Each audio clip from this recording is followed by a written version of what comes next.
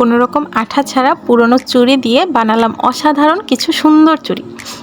আসসালামু আলাইকুম, welcome to my channel. আজকে আমি আবার আপনাদের সাথে আমার নতুন এক্সপেরিমেন্ট শেয়ার করব। এমন কোনো মেয়ে নেই যাদের বাসায় পুরনো চুড়ি না থাকে। আমার কাছেও তেমন কিছু চুড়ি আছে, সো যেটা দিয়ে আমি আজকে এরকম অসাধারণ কিছু চুড়ি বানিয়ে দেখাবো। চলেন দেখা যাক কিভাবে বানালাম।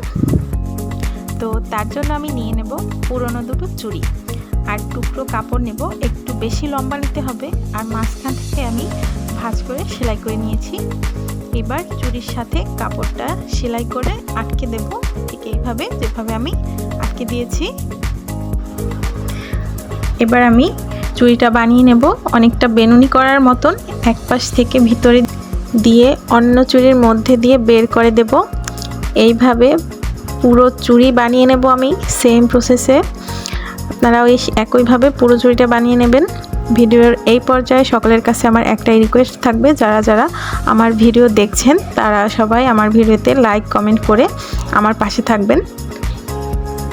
বাজার থেকে নতুন চুড়ি না কিনে অনেকগুলো টাকা দিয়ে আমরা চাইলে এইভাবে ম্যাচিং করে আমাদের ড্রেসের সাথে আমরা নিজেরাই নিজেদের চুড়ি বানিয়ে নিতে পারি।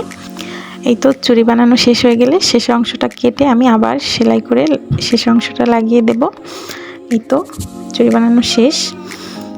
এইভাবে আমি আরও কিছু চুড়ি বানিয়ে নিয়েছি। তো দেখুন কত সুন্দর হয়েছে। বাজার থেকে না কিনে আমরা নিজেরাই কিন্তু এরকম চুড়ি বানাতে পারি। সো আজকের মতো আল্লাহ হাফেজ, দেখা হবে অন্য কোনো এক্সপেরিমেন্ট নিয়ে। তত সময় সবাই ভালো থাকবেন, সুস্থ থাকবেন। আল্লাহ হাফেজ।